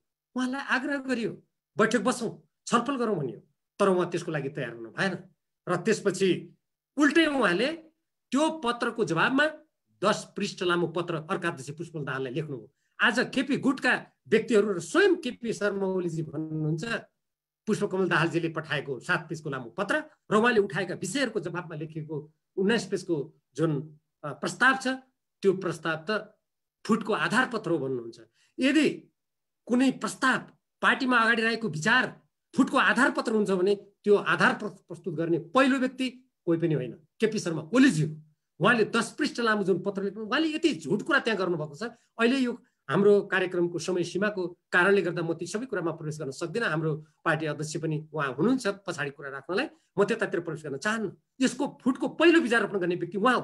त्यसपछि तैपनि हामीले भन्यौँ पार्टीमा कुनै विचार आइसकेपछि हामी त द्वन्द्ववादमा विश्वास गर्ने व्यक्ति, हाम्रो पूर्वीय दर्शन शास्त्रले भन्छ बादे बादे जायते तत्त्वबोध, हामी द्वन्द्ववादमा विश्वास गर्छौँ, हामी संश्लेषणमा विश्वास गर्छौँ। हामीले विगतमा यस्तै परिपाटीबाट सामूहिक बल बुद्धि विवेकबाट पार्टीहरूलाई शक्तिशाली बनाएर यहाँ पुगेका हौँ, जनताको यत्रो मत भरोसा प्राप्त गरेका हौँ। यो कुराको उहाँलाई स्मरण गराइयो, तर त्यो स्मरण कुनै त्यसको अर्थ उहाँको लागि भएन। त्यसपछि जब हामीले उहाँलाई आग्रह गर्यौँ त्यसो भए विचारहरू आए, पार्टीमा छलफल गर्यौँ। अब उहाँ भन्न थाल्नुभयो छलफल गर्दिन, त्यो झुटको पुलिन्दा हो, त्यो के अनेक प्रकारका नाना थरी लान्छना युक्त शब्दहरू उहाँले प्रयोग गर्नुभयो। तर पछि गएर फेरि धेरै मेहनत अर्का अध्यक्ष पुष्पकमल दाहाल प्रचण्ड अरू हाम्रा नेताहरू सबैको प्रयत्नबाट ल अब थाई कमिटीको बैठक गर्ने र त्यसको कार्यसूची जुन छ त्यो कार्यसूची कुनै नेताहरूले राखेका प्रस्ताव भनेर त्यसको नाउँ नराख्ने, पार्टीको आन्तरिक समस्या राख्ने भनेर धुम्बाराईमा बैठक बस्यो। त्यसमा उहाँको गुटका अरू साथीहरू उपस्थित हुनुभयो। उहाँले अर्को पत्र पठाउनु भयो। त्यो पत्रको शब्द हेर्नुभयो भने त्यहाँ उहाँले यति निकृष्ट शब्द र भाषा प्रयोग गर्नुभयो कि उहाँले अन्तर्गत थप चर्काउने प्रयत्न गर्नुभयो। र उहाँले बैठकमा उहाँ आउनु भएन। यदि उहाँ सत्य कुराको पक्षमा हुनुहुन्थ्यो, उहाँसँग तथ्यहरू थिए भने बैठकमा सामना गर्नु पर्थ्यो नि, उहाँ आउनु पर्थ्यो नि, तर उहाँ आउनु भएन। तर त्यसपछि पनि बालुवाटारमा बैठक बस्ने निर्णय भयो धुम्बाराईमा, बालुवाटारमा बैठक बस्यो, तर त्यो बैठकमा उहाँ आउनु भएन। र 21 पुस 1 गते बसेको बैठकमा उहाँले त अध्यादेश पो जारी गर्नुभयो। म सम्पूर्ण तपाईँहरू सबै बुद्धिजीवी हुनुहुन्छ, म एउटा कुरा भन्नुपर्दा यो देशको नेता कस्तो, हामीले पार्टीमा कस्तो नेता जन्माएछौँ भन्ने प्रश्न हामीलाई पनि यहाँहरूले गर्न सक्नुहुन्छ। तर इतिहासको एउटा कालखण्डमा विभिन्न मानिसहरू विभिन्न भूमिकामा आउँछन्। उहाँले पुस 1 गते गत वैशाख 8 गते उहाँ स्वयंले यो आवश्यक छैन भन्नुभएको, राष्ट्रपतिले फिर्ता लिनुभएको, फेरि संवैधानिक परिषद सम्बन्धी अध्यादेश उहाँले अप्रत्याशित रूपमा जारी गर्नुभयो। हामी छक्क पर्यौँ जब त्यहाँ बैठक छ बालुवाटारमा, त्यो स्थिति उहाँले सिर्जना गर्नुभयो। र त्यो स्थिति त्योभन्दा अघिल्लो दिन उहाँले जब त्यो अध्यादेश ल्याएपछि हामी 83 जना प्रतिनिधि सभाका सदस्यहरूले हस्ताक्षर गरेर हामी राष्ट्रपति कार्यालयमा गएर समावेदनमा हामी प्रस्तुत भयौँ। त्यो समावेदनमा हामीले प्रष्ट रूपमा अध्यादेशको सम्बन्धमा मात्रै छलफल गर्ने कुरा गरेका थियौँ। र यहाँहरूलाई थाहा होला संविधान बमोजिम हामीले कुनै प्रतिनिधि सभाको अधिवेशनको माग गर्यौँ भने त्यहाँ जुन विषय लेखिन्छ त्यसमा मात्रै छलफल गरिन्छ। उहाँहरू आज हल्ला गर्दै हुनुहुन्छ राष्ट्रपति कार्यालयमा जानुको अर्थ अविश्वासको प्रस्ताव ल्याउनु थियो भनेर। हामीले कहीँ कतै त्यसको उल्लेख गरेका छैनौँ। यहाँ बालुवाटारमा छलफल भयो थाई कमिटीमा, हामी 2 जना सदस्य, म र हाम्रो थाई कमिटीका सदस्य प्रतिनिधि सभाका सदस्य पम्फा भुषालजी हामी राष्ट्रपति कार्यालयमा गएको थियौँ। एउटा आश्चर्यको कुरा, कुनै पनि कार्यालयमा गयो भने एउटा सामान्य पत्र पनि त्यहाँ दर्ता गर्नुपर्छ। नेपाली जनताले विश्वास गरेको सार्वभौम सत्ताको अभ्यास गर्ने 83 जनाले समावेदन लिएर जाँदा राष्ट्रपतिले त्यहाँ त्यसलाई दर्ता गर्ने आवश्यकता ठान्नु भएन। मैले बारम्बार भनेको छु, त्यति बेला म कमरेड मदन भण्डारीलाई सम्झेँ। मदन भण्डारीले यस्तै राष्ट्रपति हुनु होला हाम्रो देशमा भनेर के कल्पना गर्नुभएको थियो होला भनेर मलाई लाग्यो। तर जे होस्, बालुवाटारमा बसेको थाई कमिटीको बैठकमा नेताहरूले छलफल गर्नुभएछ। ल अब सहमति गरौँ भन्दाखेरि प्रधानमन्त्रीले भन्नुभएछ म अध्यादेश फिर्ता लिन्छु, म प्रतिनिधि सभा पनि विघटन गर्दिनँ, त्यहाँ बसेका साथीहरूलाई फिर्ता आउनु भन्नुहोस्। यद्यपि उहाँले दिउँसो मलाई पनि फोन गर्नुभएको थियो, कसको इजाजत लिएर जानुभएको थियो भनेर दम्बपूर्वक उहाँले भन्नुभएको थियो। मैले भने तपाईँले कसको इजाजत लिएर यो अध्यादेश ल्याउनु? म जनताको इजाजत लिएर यहाँ आएको छु भने मैले अरू लामो प्रसङ्ग म अहिले दोहोऱ्याउन चाहन्न। तर थाई कमिटीले बैठक गरेर ल अब तपाईँ आउनुहोस् भनेर मलाई जब पार्टी अध्यक्षबाट हामीलाई भनियो, हामी 6:15 बजे मन गरौँ लिएर फर्क्यौँ, किनभने पार्टीको निर्णयको पालना गर्नु हाम्रो कर्तव्य थियो। तर देशको प्रधानमन्त्री, तपाईँहरू सबै बुद्धिजीवी हुनुहुन्छ, देशको नेता, पार्टीको अध्यक्ष थाई कमिटीमा गरेको सर्वसम्मत निर्णयलाई उल्लङ्घन गरेर भोलिपल्ट उहाँले संवैधानिक परिषदको बैठक बोलाउनु, फेरि खुमलटारबाट दौडेर अर्का अध्यक्ष त्यहाँ पुग्नुभयो, उहाँलाई नगरिदिनुहोस् भनेर आग्रह गर्नुभयो। बैठक त रोक्नुभयो, तर पुष 5 गतेको कालो दिन आयो, त्यो दिन उहाँले प्रतिनिधि सभा भङ्ग गर्नुभयो, नेपाली जनतामाथि विश्वासघात गर्नुभयो, नेपाल कम्युनिस्ट पार्टीमाथि गद्दारी गर्नुभयो उहाँले। र उहाँले जुन थाई कमिटीमा म प्रतिनिधि सभा भङ्ग गर्दिनँ, म अब अध्यादेश फिर्ता लिन्छु भनेर त्यत्रो वचन दिनुभएको थियो। कल्पना गर्नुहोस् त, देश जनताप्रति बाचा खाएको व्यक्ति, पार्टीको अगाडि शपथ लिएको व्यक्ति, कानुनको अगाडि शपथ लिएको व्यक्तिले यस्तो गर्छ भने त्योभन्दा गैरजिम्मेवार, त्योभन्दा विश्वासघाती के हुन सक्दछ र? यस्तो व्यक्तिलाई कुन संज्ञा दिने? तर उहाँ आज भन्नुहुन्छ पार्टीका नेताहरूमा खिया लाग्यो। जुन प्रधानमन्त्री 1 वर्षसम्म सिंहदरबारको कुर्सीमा बस्नुहुन्न, यदि खिया कसैमा लागेको छ भने त्यो सबभन्दा बढी खिया केपी शर्मा ओलीजीमा लागेको छ। अनि उहाँ भन्नुहुन्छ फल कुहिएर झर्यो। जुन व्यक्तिले संविधानको धारा 76 र 85लाई गलत रूपमा अपव्याख्या गरेर आज कोरोना संक्रमणबाट जनता महामारीबाट पीडित भइरहेको बेलामा देशको बजेट रकम जनताको उपचारको लागि खर्च गर्नुपर्ने, खोप ल्याउनुको लागि खर्च गर्नुपर्ने, आज 60-62 अर्ब रुपियाँ नेपाललाई चाहिन्छ। तर त्यसपछि आँखा चिम्लेर 30-32 अर्ब रुपियाँ 2 वर्ष अगावै पानी बगाए बगाउने व्यक्ति, सिंहदरबारमा कहिले नजाने व्यक्ति, पार्टीको एकीकरणको घोषणाको विपरीत जाने व्यक्ति, यत्र जनता हामी कार्यकर्तालाई रुवाएर 7 दशक लामो कम्युनिस्ट आन्दोलनले उपलब्धि गरेको कुरालाई धुजा च्यात्ने व्यक्ति कुहिएको फल हुन्छ कि? यस्तो नगरौँ, विधि मानौ, प्रणाली मानौ, देशको स्वाधीनता स्वतन्त्रताको रक्षाको लागि तपाईँ काम गर्नुहोस्। नवउदारवादी बाटोमा गएर बालवाटारमा राति 12 बजे भारतीय गुप्तचर संस्था रका सामन्त गोयल जस्ताहरूलाई भेटेर, हाम्रो विदेश विभागको प्रमुखलाई थाहा छैन, पार्टीलाई थाहा छैन, भारतीय जनता पार्टीको विदेश विभागको प्रमुखलाई गोप्य रूपमा भेटेर साँठगाँठ गरेर यस्तो गर्ने व्यक्ति कुहिएको हुन्छ।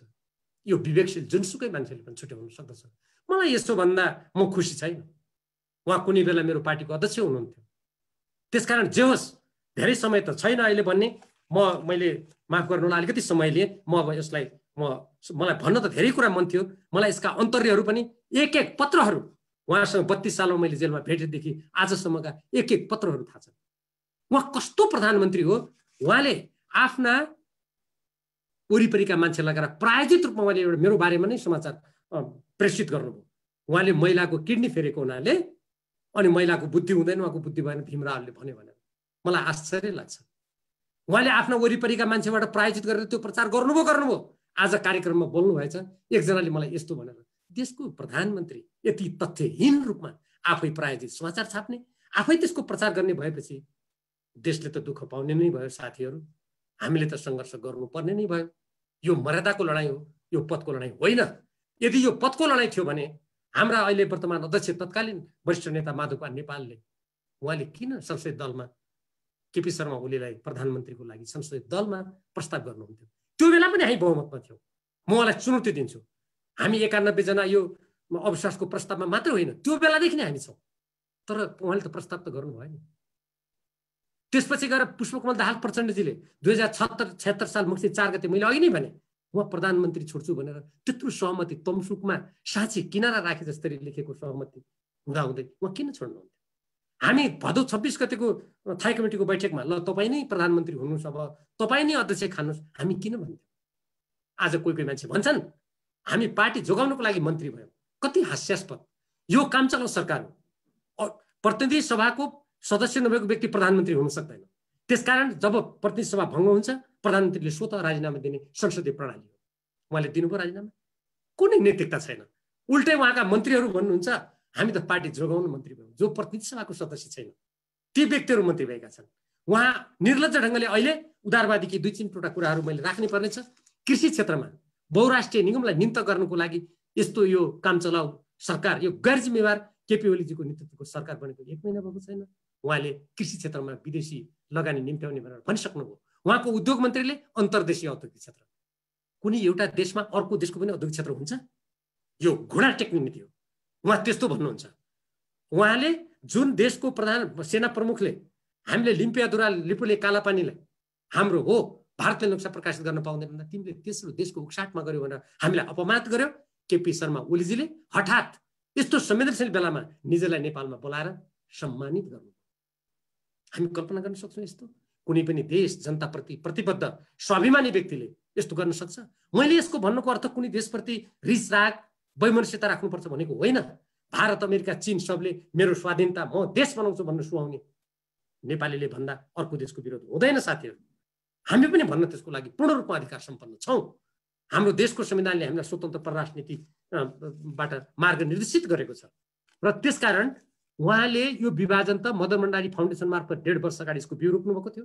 उहाँले प्रत्यक्ष रूपमा वैशाख महिनामा अघि मैले भने उहाँले दल विभाजन सम्बन्धी ऐन ल्याएर त्यो गर्नु खोज्नुभएको थियो। हामीले रोकेका हौँ। त्यति मात्र होइन, कल्पना गर्नुहोस् त, देशको प्रधानमन्त्रीले केन्द्रीय कमिटीको सदस्य, प्रतिनिधि सभाका 2 जना सदस्य, पूर्व प्रहरी प्रमुखलाई काठमाडौँबाट तराई पठाएर अपहरण शैलीमा एउटा पार्टीको सांसदलाई काठमाडौँ ल्याएर त्यो पार्टीलाई विभाजन गर्ने, 10 जना सांसद आफ्नो पक्षमा लिने अनि नेपाल कम्युनिस्ट पार्टीलाई फुटाउने, त्यही बेला उहाँले षड्यन्त्र गर्नुभएको थियो। तर उहाँको कार्य कति गैरजिम्मेवार र कति गलत थियो भन्ने कुरा त्यो अर्को पार्टी फुट्नु त के, झन् उल्टो 2टा पार्टी एक भयो। कति प्रत्युत्पादक भयो उहाँको निर्णय। त्यो कुरा गर्दा पार्टीले केही पनि थाहा छैन। आज उहाँ भन्नुहुन्छ मलाई काम गर्न दिइएन। हो, एउटा कुरा हो, हामीले उहाँलाई सामन्त गोयलहरूसँग नभेट्नु भन्यौँ। हामीले उहाँलाई एमसीसी पास गरेर नेपालको भूमि प्रसारण लाइनको नाममा कब्जा गर्न पाइन्न, नेपाली जनताको राजस्व खर्च गरेर अनि एमसीसी त ठिक हो भनेर देश दुनियाँलाई हँसाउने निर्लज्ज कार्य गर्न पाइँदैन। प्रतिनिधि सभामा एमसीसी सम्झौता छ, उनका मन्त्री युवराज खतिवडा जसलाई मैले देशद्रोही कारबाही हुनुपर्छ भनेको थिएँ सार्वजनिक रूपमा, उहाँले त्यो सम्झौताको एउटा दफालाई संशोधन गरेर अमेरिकनहरूलाई गोप्य पत्र पठाएर अमेरिकी सरकारलाई उहाँले त्यो सम्झौताको कार्यान्वयन क्षमता गर्ने उहाँलाई अधिकार कताबाट आयो? यसको जवाब केपी शर्मा ओलीले कहिल्यै दिनु भएन। हो, त्यो रोक्नु खोजेका हौँ। संयुक्त सैनिक अभ्यास रोक्नु खोजेका हौँ। तरकारी विषादीमा नेपाली जनताले परीक्षण गरेर खानु पाउनुपर्छ भन्दा भारतीय दूतावासबाट एउटा पत्र आएपछि उहाँ लुलुक्क परेर घुँडा टेक्नु हो। मलाई पत्र थाहा छैन भन्नु हो। जब पत्र पत्रिकाले छापे देशको अगाडि माफ माग्नु हो। यस्तो नगर्नुहोस् हामीले भनेका हौँ। सामन्त गोयलहरूसँग भेट्नु भनेका हौँ। नव उदारवादीबाट एउटा आयोग गठन गर्नु पर्थ्यो, विद्युत आयोग। त्यसको नियम 38 मा उहाँले नव उदारवादी, म अहिले लामो व्याख्या गर्दिनँ, त्यसको सार के थियो भने नव उदारवादी व्यक्ति मात्र त्यसको सदस्य हुन पाउने। यो भन्दा कुनै निर्लज्ज कुराहरू हुन सक्दछ? हो, त्यस्तो नगर्नुहोस् भनेका हौँ हामीले। तपाईँ पार्टीको मार्ग निर्देशनमा चल्नुहोस् हामीले भनेका हौँ। उहाँका राष्ट्रको हित विपरीतका, पार्टीको विधि विपरीतका, पार्टी र सरकारको समन्वय विपरीतका ती कामहरू हामीले रोकेका हौँ। उहाँ र उहाँको गुटका मानिसहरूलाई म यहीँबाट चुनौती दिन्छु। उहाँले देश र जनताको पक्षमा गर्न खोजेको हामीले कुन काम रोक्यौँ? एउटा मात्रै देखाउनुहोस्, म चुनौती दिन्छु। तर संविधान मिच्ने, कानुन मिच्ने, पार्टी विधान मिच्ने, चुनाव घोषणा पत्र मिच्ने, पार्टीका नीति सिद्धान्त मान्यता मिच्ने, देशको स्वाधीनताको बाटोमा तगारो हाल्ने, परराष्ट्र हाम्रो स्वतन्त्र परराष्ट्र नीति मिच्ने, त्यो काम रोक्न हाम्रो कर्तव्य होइन र? अनि आज मलाई काम गर्न दिएन भनेर जुन भन्नुभएको छ त्यो भ्रमपूर्ण झुट, उहाँलाई गलत कुरा गर्न त हामीले रोकेको हो। त्यो हाम्रो कर्तव्य हुन्थ्यो। यदि हामीले रोकेनौँ भने इतिहासमा हामी पनि ती कलङ्क र गलत कुराको सहभागी हुन्थ्यौँ। हामीले गरेको त्यति मात्रै हो। अब मैले अन्तिममा यहाँहरूलाई भने अदालत, मैले प्रश्न यहाँ हेरेको थिएँ, म त्यो प्रश्नमा एकदमै संक्षिप्तमा मेरो अलिकति प्रतिबिम्बित मात्रै म गर्न चाहन्छु। अदालतले निर्णय जाने गरे के हुन्छ भन्ने प्रश्न छ। अदालत, निर्वाचन आयोग, यी सबै संविधानमा शपथ खाएका निकायहरू, यी निकायले नेपालको संविधान मान्छु भनेका छन्। यदि खुलेआम नाङ्गो किसिमले कुनै निकायले संविधान मिच्छ, कानुन मिच्छ, मर्यादा मिच्छ भने त्यसको विरुद्धमा विद्रोह हुन्छ। म प्रवासमा रहनुभएका, यो कार्यक्रम सुनिरहनुभएका सम्पूर्ण आदरणीय दाजुभाइ दिदीबहिनीलाई आह्वान गर्न चाहन्छु, यदि त्यस्तो भयो भने हामी आवाज उठाउँ। हामीले विगतमा निरङ्कुशताका प्रखालहरू भत्काएका छौँ, आज पनि हामी दृढतापूर्वक जाउँ। अब यहाँहरूले भन्नुभएको छ विप्लवसँगको एकताको कुरा, हाम्रो बाटो अलिक फरक छ। हामी कुनै पनि अधिकारको लागि लडेको मान्छे आफ्नो स्वतन्त्र रूपमा गर्छ भन्ने बेग्लै कुरा हो। हामी आफ्नो बाटोमा हिँड्छौँ। र यहाँनिर यो भ्रष्टाचारको कुरा गर्नुभयो। प्रधानमन्त्रीका एकजना मन्त्री गोकुल बास्कोटाजीले, उहाँले 70 करोडको टेप रेकर्ड छ, उहाँलाई कारबाही भयो। उद्योग मन्त्रीले भारतमा ताज होटलमा बसेर 70 करोडको ग्यास ल्याउँदाखेरि फोटो सहित छापिएको छ। उहाँ त्यो देख्नुहुन्न, पढ्नुहुन्न। या उहाँमा रुचि हुन्न। बालुवाटारको जग्गा प्रकरणमा उहाँले हाम्रो वरिष्ठ नेता माधव कुमारलाई मुसिन्छ, अब कारवाही गर्छु र हल्ला चलाउनु भयो। र तर जब त्यो खन्दै जाँदा खास जग्गा किने त विष्णु पौडेल पो भेटा पर्यो। तपाईँहरू कल्पना गर्नुहोस्, विष्णु पौडेलको छोराले जग्गा किनेको देखेपछि होइन त्यो किनेको जग्गा फिर्ता गरे हुनाले उहाँमाथि कारवाही गर्न मिल्दैन। कसैले कुनै कुरा चोरी गर्यो भने मैले चोरी गरेको कुरा फिर्ता गरेँ भने कानुन आकर्षित हुँदैन। जब कमरेड माधव कुमार नेपाललाई कारवाही गर्न नसक्ने स्थितिमा अर्को व्यक्ति पो भ्रष्टाचारमा पर्ने भएपछि अनि त्यो बल्ल गफ। यति निकृष्ट काम कुनै नेताले गर्न सक्छ? वा त्यो कुरा उद्योग मन्त्रीको मैले भने। र त्यस्तै पार्टी एकीकृत हुने जुन सम्भावनाको कुरा गर्नुभयो, हामी त जहिले पनि एकताको पक्षमा छौँ। अहिले हाम्रा 434 रूपमा कायम भएका केन्द्रीय कमिटीका सदस्य मध्ये 315 जना हाम्रो पक्षमा छन्। हामीले निर्वाचन आयोगमा भनेका छौँ हामी सशरीर उपस्थित हुन तयार छौँ। तपाईँ सुन्नुहोस् कुरा, हामीले ठुलो भनेका छौँ, हामी आन्दोलनमा पनि छौँ, त्यो कुरा म जान्न चाहन्न अहिले। त्यसकारण हामी कुनै फुटको जहिले पनि हामीले फुटलाई रोक्नु खोज्यौँ, एकतालाई बचाउन खोज्यौँ। हामी त जहिले पनि खुला छौँ, तर केपी गुटले यी कुराहरू महसुस गर्नुपर्छ र उसले आफ्ना गल्ती सच्याउनुपर्छ। अब यसमा राजनीति सिद्धान्तका जुन प्रसङ्गहरू छन् यी कुराहरूसँग गाँसिएका छन्। अन्तमा म फेरि यहाँहरूलाई भन्न चाहन्छु, हाम्रो यो लडाइँ राजनीतिक सिद्धान्त, मान्यता, राष्ट्रिय हित, विधि, प्रणाली, जनताको सर्वोत्तम हितको लागि हो। यसमा कुनै पद, कुनै स्वार्थको कुरा छैन। हामी पनि आफ्नो जीवनको उत्तरार्धमा अब यो झमेला लिएर लडिरहने हामीमा कुनै चाहना होइन। तर देश, जनता र पार्टीको अगाडि बाचा खाएको, शपथ लिएको व्यक्ति जीवनको अन्तिम घडीमा पनि राष्ट्रको रक्षाको लागि लड्छ, जनताको हितको लागि लड्छ। आजको हाम्रो लडाइँ यही हो। यसमा तपाईँहरू सबैले साथ दिनुहुनेछ भन्ने कुरामा मलाई पुरा विश्वास छ। आजको यो कार्यक्रम त्यसको एउटा श्रृङ्खला हो। यो कार्यक्रम गर्नुभएकोमा आयोजकहरू सबैलाई हार्दिक धन्यवाद दिन चाहन्छु। जसले सुनिरहनु भएको छ यहाँहरू सबैलाई पनि हार्दिक धन्यवाद। नमस्कार। धन्यवाद आदरणीय कमरेड भीम रावलज्यूलाई। उहाँले करिब 25 मिनटमा आफ्नो कुराहरू सघाउनु भएको छ र हामी आजको यो प्रवास पार्टी कमिटीको संयोजनमा प्रवासका सम्पूर्ण 36 देशकै साथीहरूको सहभागितामा र प्रवास पार्टीकै साथीहरूको व्यवस्थापनमा यो कार्यक्रम चलाउँदैछौँ। र यो कार्यक्रममा आज 2 जना विशेष अतिथि कमरेड भीम रावल र कमरेड वर्षमान पुन अनन्तज्यूले आफ्नो कुरा राखिसक्नु भएको छ। कतिपय प्रश्नको भीम रावल कमरेडले जवाब पनि दिनुभएको छ। अझै पनि कतिपय प्रश्न उहाँसँग सम्बन्धित आउला नै। म आशा गर्छु 2 जनै विशिष्ट अतिथिहरूले यदि धेरै टाइमको प्रेसर छैन भने अन्तसम्म बस्दिनु होला। र अब म पुनः साथीहरूलाई, जो साथीहरूले यो लिङ्कमा बस्नु भएको छ तर आफ्नो नाउँ लेख्नु भएको छैन, आफ्नो नाम र देश अनिवार्य ढङ्गले लेखौँ। लेख्न अलि अप्ठ्यारो छ भने म्यासेज योमा खास गरेर च्याट गर्नुहोस्। हाम्रो को होस्ट साथीहरूले त्यो म्यानेज गर्नुहुन्छ, अर्गनाइजर साथीहरूले। अब म स्वाभाविक ढङ्गले पार्टीको यो बेलामा 2 जना वरिष्ठ 2 जना थाई कमिटीका कमरेडहरूले धेरै कुरा राखिसक्नु भएको छ। कमरेड माधव नेपाल, म जति बेला विद्यार्थी आन्दोलनमा 2043 सालदेखि लागेँ र मूलत अखिलको केन्द्रीय नेतृत्वमा आएदेखि चिनेको नाम हो। एउटा समकालीन राजनीतिज्ञहरूमा उहाँ जतिको अहिले सादा जीवन उच्च विचारको धनी भएको मान्छे पाउन अहिले समकालीन राजनीतिज्ञमा त्यो तहमा पार्टीको अध्यक्ष अर्थात् प्रमुख 15 वर्ष चलाइसकेको, प्रधानमन्त्री चलाइसकेको जुन खालको व्यक्तित्व छ, त्यस्ता व्यक्तित्वबाट हामी पनि प्रेरणाको लिउँ भन्ने आह्वान सहित म कमरेड माधव नेपाललाई आफ्ना सारगर्भित भनाइहरू राखिदिनको लागि यहाँहरू समक्ष अनुरोध गर्छु। आउँदैछ कमरेड माधव नेपाल, पार्टीका आदरणीय अध्यक्ष comrade Madhav Nepal.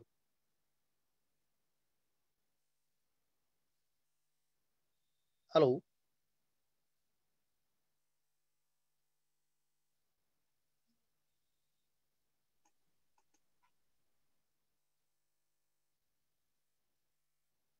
Hello. Unmute भएको छैन उहाँको। कमरेड राजेन्द्र जी, राजेन्द्र पुडासेनी कमरेड। भइसक्यो, माधव गण बोल्नु भयो हुन्छ, अब आउँछ। भएको छैन अझै पनि, मैले हेरिरहेको छु।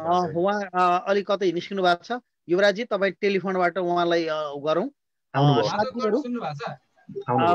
आज 5 बजे कार्यक्रम शुभारम्भ गर्यौं। 5:30 बजे भएको छ। हामीले प्रारम्भमा समय व्यवस्थापन गरे अनुसार आधा घण्टा पार्टीका थाई कमिटीका साथीहरूलाई र करिब पौन घण्टा पार्टी अध्यक्षलाई व्यवस्थापन गरे हो। थोरै कार्यक्रम 2 घण्टा भन्दा अलि ढिलो जाला मलाई लागिरहेछ। तीनैजना कमरेडहरूले प्रत्युत्तर समेत राख्दाखेरि 2.5 बजेसम्म के अरे 2.5 घण्टा अर्थात् 7:30 बजे नेपाली टाइमसम्म जान सक्छ। म अधिकतम साथीहरू आज अहिले यो कार्यक्रममा करिब 417 जना साथीहरू सहभागी भइरहनु भएको छ। त्यो साथीहरू अन्तसम्म रहिदिनु हुनेछ भन्ने अपेक्षा सहित म पुनः यो कार्यक्रमका प्रमुख अतिथि, आजका प्रमुख वक्ता, प्रमुख प्रशिक्षक, हाम्रो पार्टीका आदरणीय अध्यक्ष कमरेड माधव नेपालज्यूलाई यहाँहरू समक्ष आफ्नो सारगर्भित प्रशंसनमूलक भनाइहरू राखिदिनको लागि अनुरोध गर्दछु। आदरणीय अध्यक्ष कमरेड माधव नेपाल। ल धन्यवाद छ कमरेड शिवप्रसाद शाहजीलाई। आजको यस कार्यक्रमका अध्यक्ष र पार्टीका स्थायी कमिटीका प्यारा कमरेडहरू र उपस्थित सम्पूर्ण प्रवासी नेपाली एकता मञ्चका सबै प्यारा कमरेडहरू, अब मैले धेरै भनिरहनु पर्ने जस्तो लाग्दैन मलाई। यो प्रशिक्षणको कुरा हो भने त्यो एक ढङ्गले हुन्छ, अन्तर्क्रिया हो भने अर्को ढङ्गले हुन्छ। मलाई के लाग्छ भन्दाखेरि अहिले प्रशिक्षणको कुरामा भन्दा पनि तपाईँहरूको मनमा रहेका जिज्ञासाहरूको बारेमा नै जानु बेस होला जस्तो मलाई लाग्दछ। तपाईँहरूलाई मैले धेरै बताइरहनु पर्ने आवश्यकता छैन। तपाईँहरू हाम्रो पार्टीभित्र घटिरहेका घटनाहरू, हाम्रो देशमा घटिरहेका घटनाहरूको एक विवरणहरूको बारेमा जानकारी राख्नुहुन्छ तपाईँहरूलाई थाहा छ। अझै कतिपय कुराहरू त हामीले पढ्न पाएका हुँदैनौँ, तपाईँहरूले थाहा पाइसकेका हुनुहुन्छ। तपाईँहरूले आफ्नो सोध्नु पर्ने हुन्छ होइन आज के भयो है भनेर। हामीसँग जोडिएको कुरा हामीलाई थाहा हुन्छ, अरूले गरिरहेको कुराहरूको बारेमा हामीलाई थाहा नहुन पनि सक्छ। अब म त्यस हुनाले सबै विषयमा भन्न चाहन्न, म यति भन्न चाहन्छु हामी सबै यहाँ सामेल भएका व्यक्तिहरू कम्युनिस्ट आन्दोलनमा होमिएका छौँ, कम्युनिस्ट आन्दोलनमा जुटेका छौँ र यो मार्क्सवाद लेनिनवाद प्रति निष्ठावान भएर समर्पित भएर लागेका छौँ। र यो अहिले यो पंक्ति नेपालको सन्दर्भमा निकै सशक्त छ र त्यो सशक्त भएको हुनाले जनताको मन र विश्वास पनि जितिरहेको छ। यो लोभ लाग्दो पनि छ। म संसारका अरू पार्टीका नेताहरूसँग अन्तर्क्रिया गर्छु। अस्ति मात्रै मैले दक्षिण एसियाका सीपीआईएम, सीपीआई, श्रीलङ्काका कम्युनिस्ट पार्टी अफ श्रीलङ्का, बङ्गलादेशको वर्कर्स पार्टीका नेताहरू सबैसँग मैले अन्तर्क्रिया गरेका थिएँ। उनीहरू त्योभन्दा पहिले पनि एउटा अर्को अन्तर्क्रिया भएको थियो, त्यहाँ चीनको पार्टी पनि सामेल थियो र संसारका विभिन्न देशहरू, यहाँसम्म कि ल्याटिन अमेरिकाबाट, अफ्रिकाबाट, युरोपबाट पनि धेरै पार्टीका नेताहरू सामेल भएका थिए। ती सबै सन्दर्भमा मैले के पाएको छु भन्दाखेरि उनीहरू नेपालको कम्युनिस्ट आन्दोलनबाट र नेपालमा घटेका घटनाहरूबाट धेरै कुराहरू सिक्न चाहन्छन्। त्यसबाट उनीहरू उत्प्रेरित भएका छन् र अहिलेको घटनाक्रमले उनीहरूलाई चिन्तित बनाएको छ। त यो चिन्तित बनाउनु पर्ने स्थिति कसले सृजना गर्यो? आज प्रश्न त्यही छ। यहाँ जुन आरोप र प्रत्यारोप चलिरहेको छ, यो आरोप र प्रत्यारोपको बीचमा हामीहरू कता कता तपाईँहरू न्यायाधीश, हामीहरू वादी प्रतिवादी जस्तो हुन पुगेका छ र वादी र प्रतिवादी जस्तो हुन पुगेको अवस्थामा के हो त वादीको भनाइ, के हो त प्रतिवादीको भनाइ? यस बारेमा चाहिँ तपाईँहरूलाई अवगत नै छ, मैले धेरै भन्नु पर्दैन। समस्या अहिले हाम्रो पार्टीभित्र के हो? समस्याको मूल चुरो के हो? समस्याको मूल कारण के हो? त्यो कारणको हामीले विश्लेषण गर्नुपर्ने आवश्यकता पर्छ। त समस्याको मूल कारण कहाँ छ भन्दाखेरि दृष्टिकोणमा छ। हामी कस्तो पार्टी बनाउन चाहन्छौँ? हामी मार्क्सवादी पार्टी बनाउन चाहन्छौँ, कम्युनिस्ट पार्टी बनाउन चाहन्छौँ, लेनिनवादी संरचनात्मक सिद्धान्तको जगमा उभिएको पार्टी बनाउन चाहन्छौँ भने त्यो पार्टीका केही न्यूनतम आधारहरू छन्, न्यूनतम केही आधारभूत एस्पेक्टहरू छन्, पक्षहरू छन्, त्यसको पालना गर्नै पर्छ।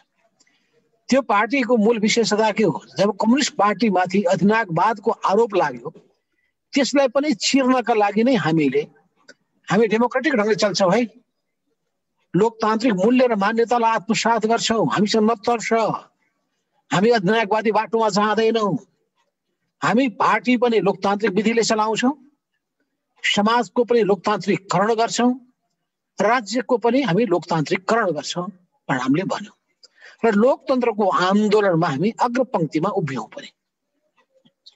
नेपालको राजनीतिमा यी तीनटा एस्पेक्टहरू जहिले पनि महत्त्वपूर्ण रहेका छन्। 2006 सालदेखि कम्युनिस्ट पार्टीको स्थापना भएदेखि नै 1949 देखि एउटा भनेको राष्ट्रियताको विषय, देशभक्तिको विषय। यो राष्ट्रियताको विषय, देशभक्तिको विषयको सन्दर्भमा यहाँ विवाद भइरह्यो र राजावादीहरूले या राजाले महाराजाले देशभक्तिको प्रतिनिधित्व गर्दछन् भन्दै उनीहरूको अभावमा नेपालको अस्तित्व रहँदैन भने प्रचार गरियो।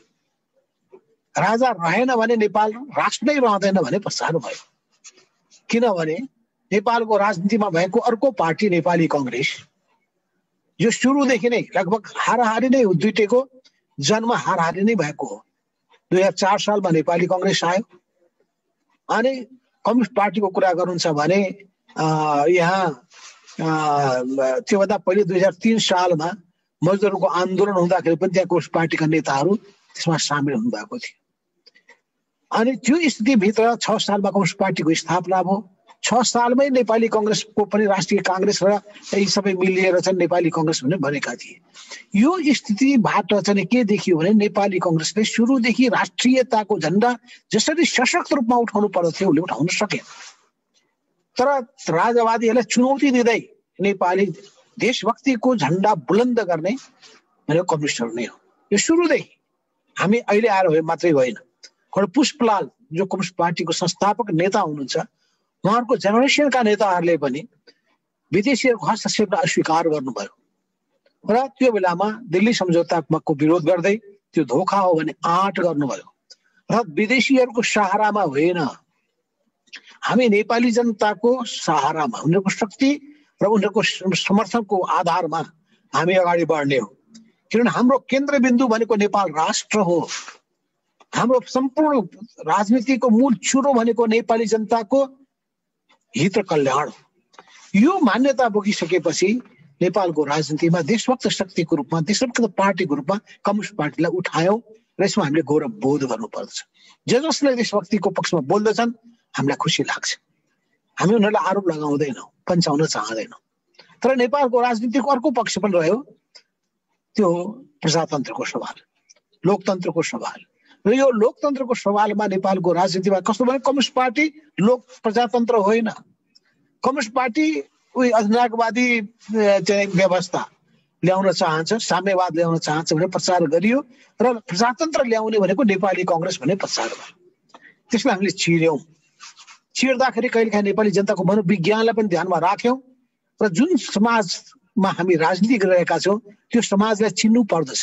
किन कार्ल मार्क्सले के भन्नुहुन्छ भने, मार्क्सवादी नेताले के भन्छन् भने पहिले संसारलाई चिन, समाजलाई चिन, आफूलाई पनि चिन, त्यसपछि कस्तो संसार कस्तो समाज बनाउन चाहन्छौ त्यो समाजको सृजना गर्ने कुरामा अगाडि बढ। त्यस हुनाले संसारलाई चिन्ने मात्रै होइन, संसारलाई बदलिने पनि हो। यो दुईटै कुराको चाहिँ को सन्दर्भमा कम्युनिस्टहरू भन्दा विश्लेषण गर्न सक्ने खुबी र क्षमता अरू कसैमा हुँदैन र समस्याको पहिचान गर्न सक्ने, समस्याको जरोमा जाने पनि कम्युनिस्टहरू नै